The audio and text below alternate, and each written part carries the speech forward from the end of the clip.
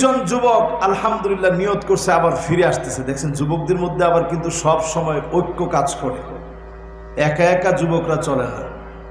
অনেকে হাত তুললেন, হুজুর বৃষ্টি হলেও আমরা আসতাম।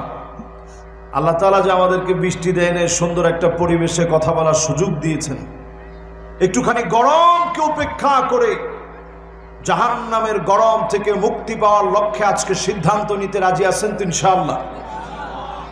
সকলে মিলে আল্লাহর প্রশংসার আওয়াজ বড় করে দিই, দিল থেকে মহব্বত নিয়ে মালিককে শুনিয়ে পড়ি কালিমাতুশ শুকর আলহামদুলিল্লাহ। আমার মনে হয় যুবকরা তোমরা এখনো বলো নাই, শুধু মুরব্বীরা বলছে। যুবকরা একটু হিম্মত নিয়ে আওয়াজ করে দারাজ কণ্ঠে বলো তো আলহামদুলিল্লাহ। মাশাআল্লাহ। এবার যুবকদের আওয়াজটা আমার কাছে মনে হচ্ছে মুরব্বীদের চাইতে অনেক বেশি হয়েছে। দুই গ্রুপ একত্রে মিলে মহব্বত নিয়ে একটা লোক আমরা বাদ থাকবো না, সবাই মিলে মালিকের শুকর গুজারি আদায় করি, দিল থেকে পড়ি আলহামদুলিল্লাহ। আল্লাহ পাকের প্রশংসা আদায় করে দরুদ এবং সালাম পড়ছি পেয়ারা হাবিবের নামে, যে রাসূল সব উজাড় করে দিয়ে গেছেন, কিছু নেন নাই। দুনিয়ার জীবনে তেমন কিছু চান নাই, শুধু উম্মতের মুক্তি চেয়েছেন। সে নবীর নামে দিলের সবটুকুন ভালোবাসা উজাড় করে দিই, দিলের ভালোবাসা আল্লাহ পাককে দেখি, নবীজির নামে একটাবার দরুদ শরীফ পড়ি মুহাম্মাদুর রাসূলুল্লাহ সাল্লাল্লাহু আলাইহি ওয়াসাল্লাম। সবাই পড়ছেন? বাদ যারা আছেন ওয়াজিব তরক হবে, একটা লোকও বাদ থাকবেন না, সবাই বলবেন মুহাম্মাদুর রাসূলুল্লাহ সাল্লাল্লাহু আলাইহি ওয়াসাল্লাম। যেই বাবাজিরা ওই হুন্ডার কোনায় দাঁড়ায় আছেন, মাশাআল্লাহ, দুই বাবাজি এখনো কথা বলতেছেন। একজন মাথায় টুপি দেওয়া, ও চিন্তা করবে যে হুজুর এত দূর থেকে কেমনে দেখলো। সব বাদ দিয়ে একটু নবীজির নামে আজকে মহব্বত বৃদ্ধি করে সাইয়্যিদুল আইয়াম, দিন সমূহের সবচেয়ে শ্রেষ্ঠ দিন, আমরা কিন্তু জুমাবারে প্রবেশ করে ফেলছি। এদিকে আপনারা জানেন? জানে 4-5 জন, সবাই মিলে বলেন জানেন? এরকম মুবারক বার যেই বারে আল্লাহ রাব্বুল আলামিন এই দুনিয়াটা শেষ করে দিবেন,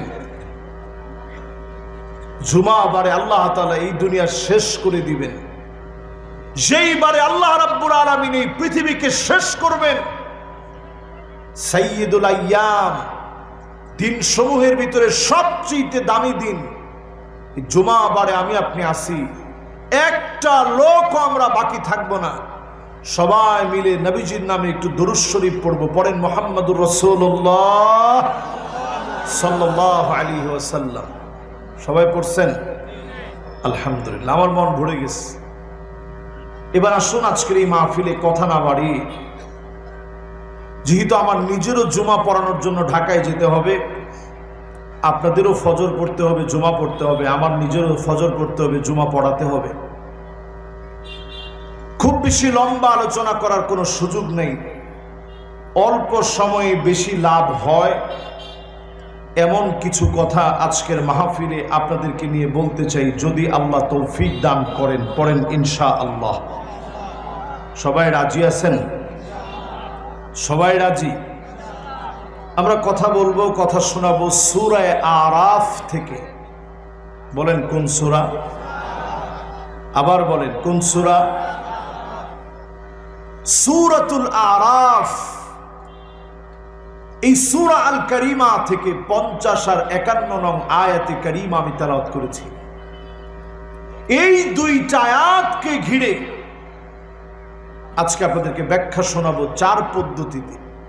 কয় পদ্ধতি? তাফসীরুল কোরআন বিআয়াতিল কোরআন, কোরআনুল কারীম দিয়ে কোরআনের ব্যাখ্যা করা হবে। 2 নম্বরে তাফসীরুল কোরআন বিল আহাদিস, হাদিস দিয়ে কোরআনের ব্যাখ্যা করা হবে। 3 নম্বরে তাফসীরুল কোরআন বিআকওয়ালিস সাহাবা, সাহাবীদের বক্তব্য দিয়ে তাফসীর করা হবে। 4 নম্বরে তাফসীরুল কোরআন বিল লুগা, আবিধানিক দৃষ্টিকোণে শাব্দিক অর্থ বুঝে কোরআনের ব্যাখ্যা করা হবে। এই 4 পদ্ধতিতে ব্যাখ্যা যদি শুনে যেতে পারেন, খায়রুল লাকা মিন আন তুসাল্লিয়া মিআতা রাকাত, 100 রাকাত নামাজ পড়লে যেমন সওয়াব হবে, এর চাইতে বেশি সওয়াব যিনি বান্দার আমলনামায় দিয়ে দিবেন তিনি কে?